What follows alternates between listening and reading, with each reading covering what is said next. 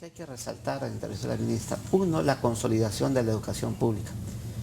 Los intentos fallidos de privatizar a través de la ley de municipalización de la educación, que en Chile han sido un fracaso, ¿no? Y que obligan miles y miles de estudiantes a marchar pidiendo la gratuidad de la enseñanza.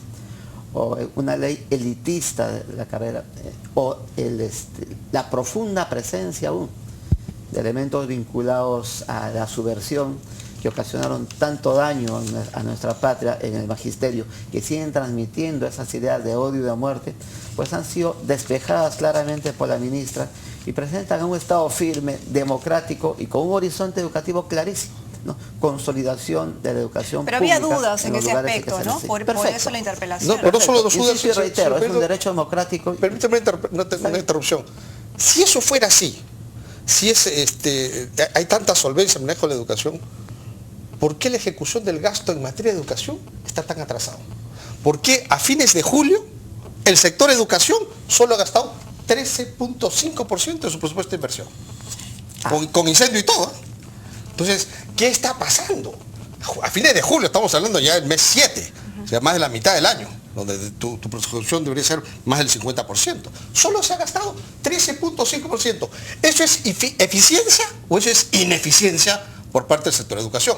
Esos son los temas por los cuales nosotros queríamos hacerle resaltar a la ministra, que no estamos contentos con lo que está haciendo, que es una persona efectivamente técnicamente solvente, está metido en el tema de la educación desde hace muchos años, y cuando la escogieron como ministra de Educación la vimos con mucha simpatía. Bueno, pero no la vemos que sea una ministra que esté dando los fuegos y esperemos que rectifique un poco, ¿no? En tal caso, según el reglamento del Congreso, entre el cuarto y el 10º día después de la interpelación, podrá pasar la censura. Veremos, todavía hay tiempo para que esta se dé, si las bancadas en mayoría van en esa dirección.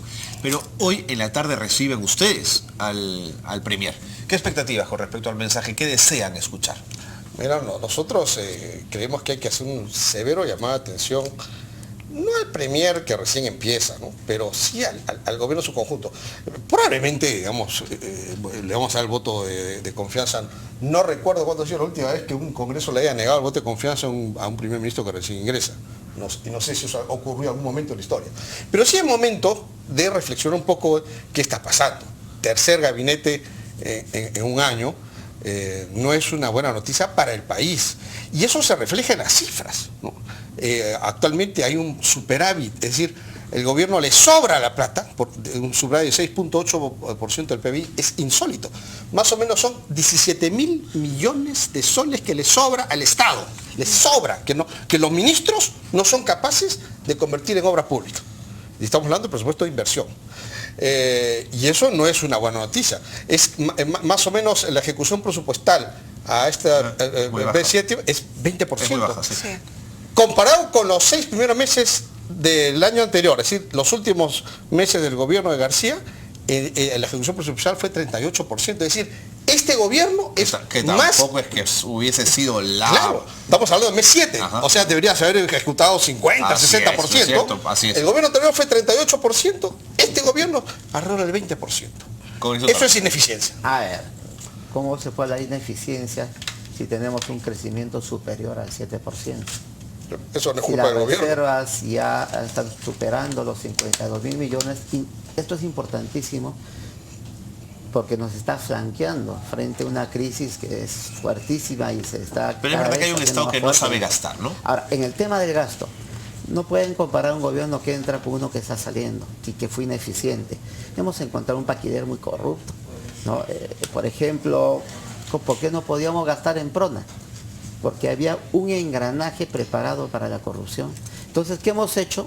Estamos creando programas alternativos y eso demora, ¿no? Algunos meses. Tenga plena certeza que ya engrasada la maquinaria, en el siguiente periodo ejecutivo se va a lograr optimizar los gastos. Pero Mira, si el banco de permite, materiales, por ejemplo. Pero si me no permite preguntarle para seguir por esa línea, ¿no es cierto? Generalmente el gobierno que entra siempre culpa al que se va de haberle dejarle una mala herencia. Eso siempre sucede en todos los años. Pero se supone que el nuevo gobierno entra con un plan de gobierno y de gestión, precisamente para agilizar, ¿no es cierto?, el gasto. En vías de una crisis, precisamente para poder estar bien parados ante una crisis, es generar obras públicas, ¿no es cierto? Un buen gasto disciplinario. ¿Qué es lo que nos hace falta? ¿Cómo vamos a enfrentar la crisis? Tenemos un plan, pero su implementación implica engrasar la maquinaria del Estado.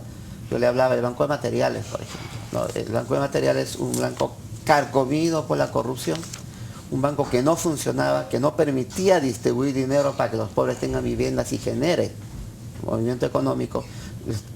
Lo hemos cambiado, lo estamos cambiando, hemos generado 2 programas alternativos y eso va a permitir en el siguiente periodo optimizar el gasto. Y lo mismo sucede con casi todos los programas sociales. Yo conocí el caso de Conadis en el que el 80% de los gastos para los discapacitados se iba a burocracia y corrupción. Lo estamos optimizando, estamos preparando el engranaje y lamentablemente eso nos ha demorado algunos meses, con tropiezos y con aciertos, pero creo que ya tenemos un Estado más optimizado. Estamos mejorando el tema tributario, el tema del control, estamos optimizando a nuestras fuerzas policiales y sí, pues estamos pagando los primeros días para luego tener un Estado mucho más óptimo. Pero si me permiten, no solo es que este gobierno es más ineficiente con respecto al gobierno anterior, dirán porque recién estábamos empezando, es más ineficiente dentro del mismo Estado. Es decir, mientras que en el gobierno anterior, el gobierno nacional tenía un presupuesto de avance del 34% a fines de julio, los gobiernos regionales 18% y los gobiernos locales 13%, en este gobierno, el gobierno nacional tiene 20% de ejecución, los gobiernos regionales 28% y los gobiernos locales 27%. Es decir, el gobierno, el Estado central, el gabinete, es el más ineficiente dentro de toda la estructura del Estado. Y dentro de sectores, por ejemplo, sectores tan importantes como la seguridad, el sector interior, 10% de ejecución del gasto de inversión a fines de julio.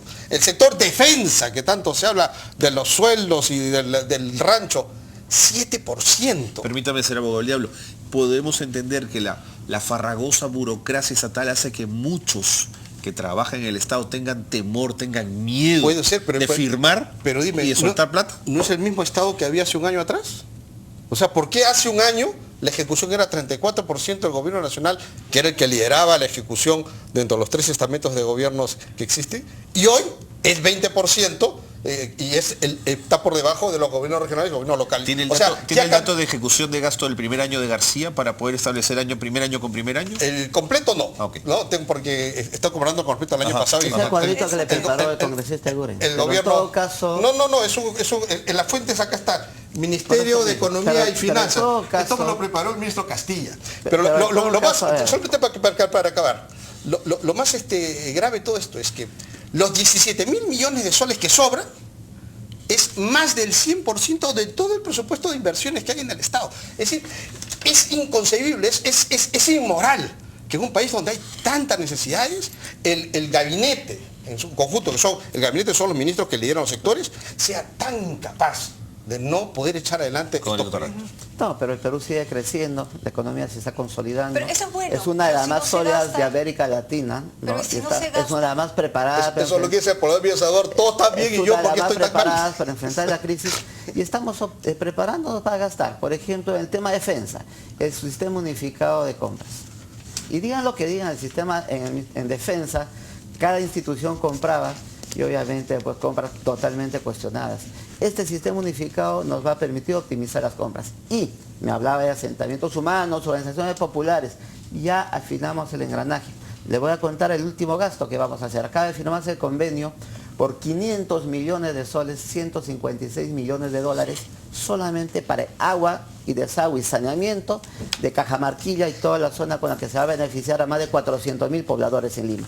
Y se vienen gastos similares en saneamiento para todas las zonas marginales. Antes no se podía hacer. Si hubieran afinado eso no hubiera pasado. Perdón, claro. Antes no cambiamos. ¿Por qué no le piden a él que les enseñe cómo se hace para gastar? No cambiamos el tema, ¿no? Acá estoy experto en gastar. Bueno, 2-1, pero no importa. A ver, no cambiamos el tema. Estamos hablando de capacidad de gasto. Y no mezclemos papas. Pero fíjate, en vivienda, construcción y saneamiento, en vivienda, ya que está hablando de saneamiento, vivienda, construcción y saneamiento, solo se ha gastado 18% del presupuesto. No se preocupe, pero con todo este conjunto de proyectos ya terminados, optimizados, en los que solo en Cajamarquilla vamos a gastar 156 millones de dólares, lo que no gastó el gobierno anterior en todos los asentamientos de Lima. con todos los proyectos que ya están en Sedapal y están en vivienda, solo para saneamiento en las zonas marginales de Lima, va a ver cómo se dispara el gasto. Hemos optimizado las maquinarias, hay problemas, hay temas de corrupción entronizados en el Estado, los estamos limpiando. Y quiero, que es más importante que esto incluso, que evalúen, y les invito a que evalúen el cambio que ha habido en OCE. Y no he escuchado a ningún periodista felicitar. La OCE, permítame. Pero escucha, está minimizando un hecho de corrupción del hermano del presidente. El tema OCE, perdón. Ojo. En el tema OCE, es que no conoces qué es OCE. Es que está minimizando. En el tema OCE pasan millones y millones. Pero la OCE dio detectar esto, pero todas las contrataciones del Estado. Y sabe que era una institución total y absoluta. ¿Esta no era una contratación del Estado? Terminemos la idea. Pero esta no era una contratación del Estado no congresista. Pues, a ver. Ya pues, congresista. O sea, usted quiere resaltar lo que le conviene. En este tema hemos sido firmes y hemos aclarado. Pero ahora me está pidiendo sobre las virtudes del Estado. De esto ya hablamos. No mezclemos papas con camotes. Y le decía, yo le pido que evalúe el tema OCE. Toda la corrupción del Estado terminaba ahí. Ahí pasaban bolsas, paquetes, con una serie de vocales, en su mayoría corruptos, con signos exteriores de riqueza, cada uno con carros más lujosos que el del señor Alan García, ¿no? Unos vocales con sueldos de 8 o 9 mil soles, que manejaban toda la contratación de esta parte. Ya la limpiamos. Entonces estamos avanzando y estos temas tienen que sancionarse, hay que ser firmes, pero evalúen ustedes que este gobierno ya está avanzando. Más el bosque que solamente el árbol. No hay posibilidades del Congreso de la República que se reúnan en una mesa multipartidaria para evaluar cuáles son las trabas que existen al interior del Estado, justamente para que desde el Congreso puedan estimular también y darle herramientas a los ministros para que puedan desarrollar gasto con más eficiencia. ¿No habría una responsabilidad del Congreso para que eso se trabaje mejor? Por supuesto. ¿Qué piensan ustedes? Yo pienso que la Comisión de Economía, efectivamente, el tema se tiene que tratar. Porque si esta tendencia continúa, fíjate lo que va a pasar. Tienes un ejecutivo que está apretando más a las empresas para tributar más. Así es. ¿No? Y sin embargo, esos recursos extras que saca de la economía, no los inyecta a través de obra pública. Si eso continúa, se va al diablo cualquier programa de estímulo fiscal y en un entorno internacional de recesión podemos estancar la economía peruana por culpa del Estado. Una economía que felizmente está creciendo no gracias al Estado, sino gracias a que aunque el presidente Humala incumplió todas sus promesas electorales y no ha modificado el programa económico. Eso sí hay que reconocerlo, y estoy de acuerdo con eso. Pero si es que sigue haciendo eso, si es que sigue extrayendo recursos vía mayor tributación y no los inyecta en vía obra pública, la economía se estanca. No, pero una pequeña contingencia. Nosotros hemos sido leales a la hoja de ruta de nuestro plan de gobierno. Quien no fue leal a su programa fue Carlitos, que de entrar con Perú Posible terminó en el partido aprista. Entonces, hablemos de consecuencia con el electorado.